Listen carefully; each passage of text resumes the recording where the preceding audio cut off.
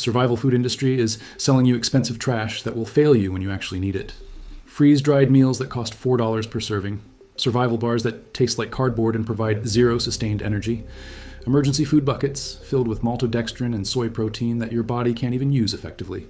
They're marketing to your fear while delivering products that won't keep you alive past the first month of serious disruption.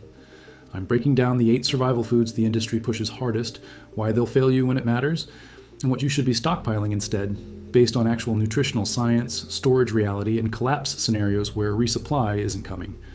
Number 3 is in 90% of survival food buckets, and will actively harm you in long-term crisis. Number 1 costs 10 times more than the superior alternative, and half of you probably bought it already. Let's get into it.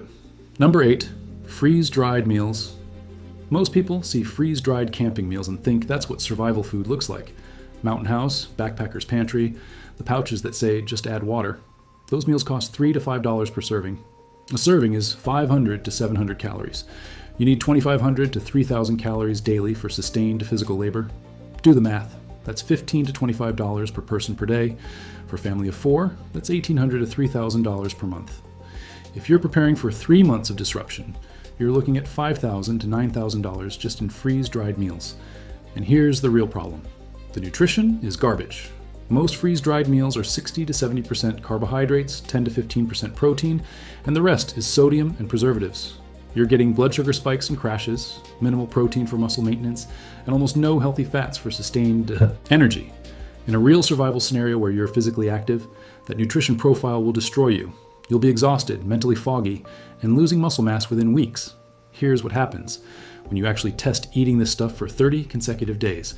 Digestive problems from the preservatives, constant hunger because the meals don't satisfy, and energy crashes that make physical work dangerous.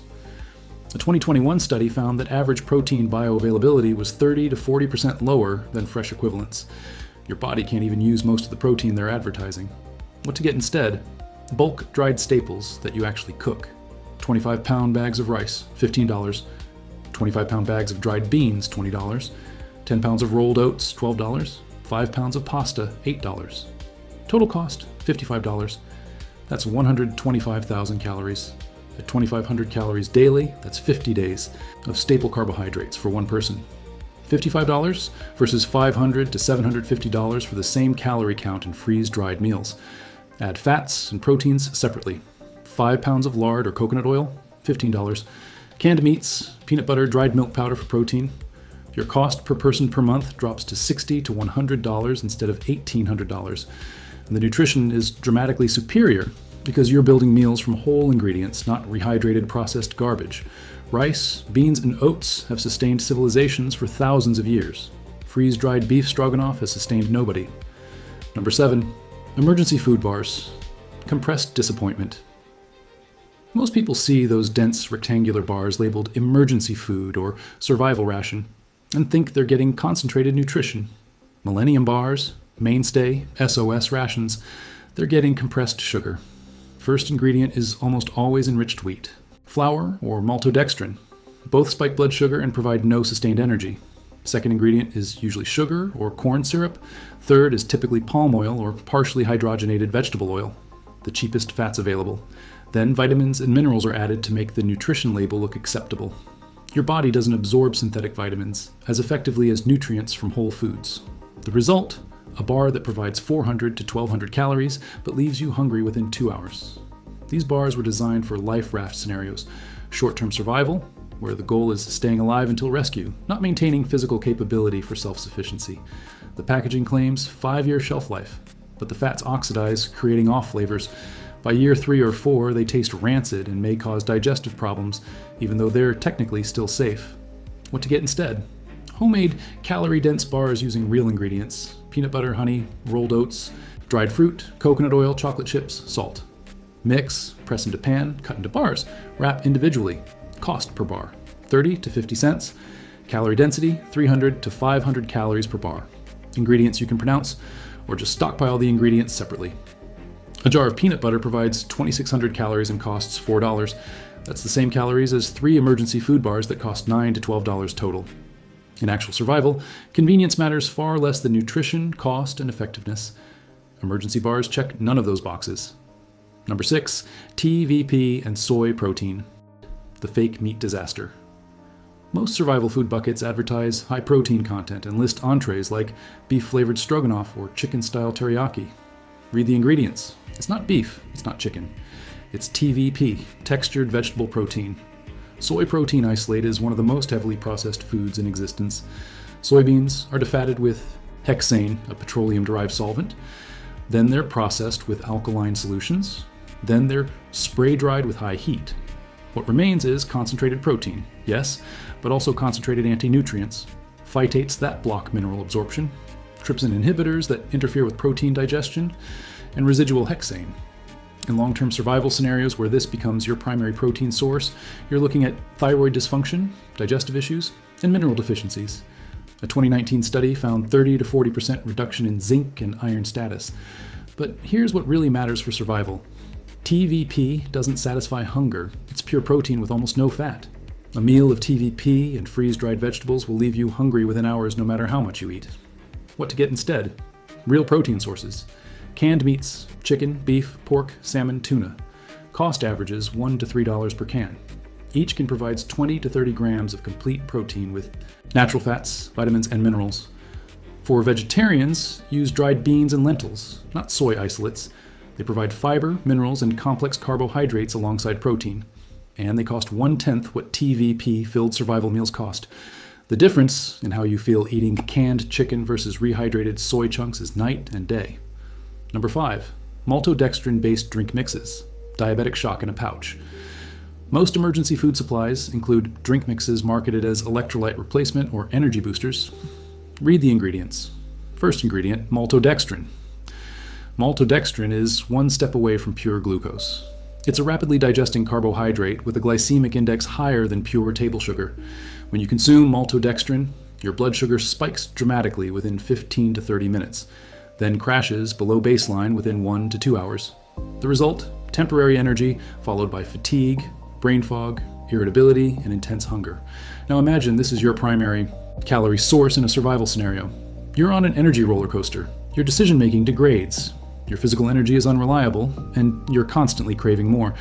The survival food industry uses maltodextrin because it's cheap. A 50-pound bag costs $30 wholesale. They repackage it into individual serving pouches and sell them for $2 to $3 each. You're paying 3,000% markup for industrial cornstarch. What to get instead? Real food-based carbohydrates and actual electrolytes. For quick energy, use honey or maple syrup. They contain trace minerals, enzymes, and antioxidants that maltodextrin lacks. For electrolyte replacement, use salt, light salt, which contains potassium and magnesium supplements. A 2-pound container of salt costs $2. That's 2 years of electrolyte needs, versus $70 to $100 for branded drink mixes that are 90% maltodextrin. Commercial drink mixes run $60 to $100 per month.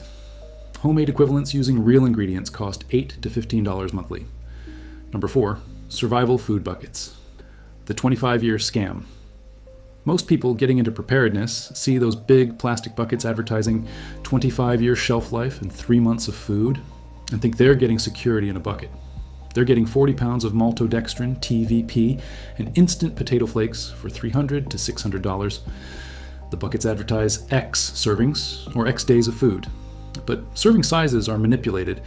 A serving might be listed as 500 calories when you actually need 2,500 daily. So a bucket claiming 30 days of food actually provides 12 days at realistic calorie needs. Second, the calories are almost entirely from maltodextrin and modified food starch. Third, the protein is from TVP and soy isolate. Fourth, fat content is minimal or non-existent. One popular survival food bucket, $400, claims 1 month of food for one person. Actual calorie content, 43,800 calories total. At 2,500 calories daily, that's 17.5 days, not 30 days. Protein, 23 grams daily, you need 70 to 100. Fat, 11 grams daily, you need 50 to 70. You paid $400 for 17 days of inadequate nutrition that will leave you weak, hungry, and functionally impaired.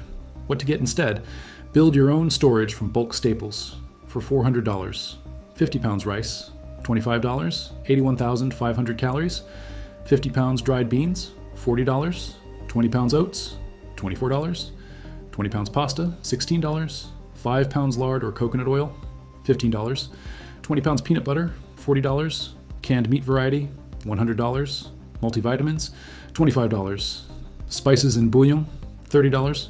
Storage containers, $50. Total, $390. Calorie total, approximately 320,000 calories. That's 128 days at 2,500 calories daily, 4 times longer than the commercial bucket that costs the same. And this food rotates into regular use. You're storing rice, beans, and canned chicken that you eat regularly. Not weird, freeze-dried stroganoff. Number 3, MREs, the military reject. They're selling you. Most people see MREs, meals ready to eat, and think, if it's good enough for the military, it's good enough for survival. Here's what they don't tell you. The military doesn't use MREs for long-term nutrition. They use them for short-term field operations lasting days to weeks. Then, soldiers return to base for real food. The average MRE contains 1,200 to 1,500 milligrams of sodium. Eat 3 MREs daily, and you're consuming 3,600 to 4,500 milligrams. In long-term scenarios, that sodium load contributes to water retention, high blood pressure, and kidney stress. But the bigger problem is constipation. The MREs are specifically designed to slow digestion and reduce bathroom needs.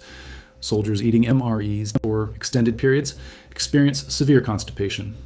This isn't minor discomfort. This is debilitating pain and inability to perform physical labor. There's a reason soldiers refer to MREs as meals refusing to exit. Military field medics carry laxatives specifically for MRE-related issues. A 2018 study found that soldiers eating MREs exclusively for 30 days experienced average weight loss of 8 to 12 pounds, despite adequate caloric intake. The weight loss was primarily muscle mass, and the cost?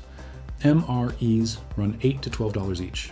For 3 meals daily, that's $24 to $36 per person per day.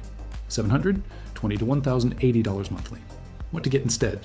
Canned and jarred foods, canned soups, stews, chili, pasta dishes. These provide complete meals requiring only heating. They cost $1 to $3 per can and provide better nutrition than MREs without the digestive destruction. For truly no-cook scenarios, go with canned meats, canned beans, peanut butter crackers, dried fruit, and nuts. You don't need food that survives parachute drops. You need food that sustains health during extended disruption. Number 2, survival seed vaults. The garden that never grows. Most preppers buy survival seed vaults thinking they're getting food security. Those plastic containers with 30 to 50 seed varieties advertising 10,000 square feet of garden. Here's the reality. 95% of people who buy these never plant them. And 95% who do plant them fail to grow significant food in the first year. Because seeds aren't food. Seeds are potential food that requires land, water, skills, time, and favorable conditions. First, the seed quantities are insufficient. The vaults typically include 5 to 20 seeds per variety. You need 50 to 100 tomato plants to preserve enough for year-round use. The vault gives you 5 seeds. Second, the varieties aren't adapted to your climate zone. Third, there's no knowledge included. Fourth, the timeline is unrealistic. Most vegetables take 60 to 120 days from planting to harvest. Fifth, seed viability degrades. Store them in your closet, and you're looking at 3 to 5 years before germination rates drop significantly. A 2021 study found that average germination rates after 5 years of consumer storage were 30 to 50%. After 10 years, under 20%. But here's the biggest issue. Even if you successfully grow food, you don't know how to preserve it. You harvest 50 pounds of tomatoes. If you don't know how to can them, they rot in a week. What to get instead? Actual food plus gardening knowledge.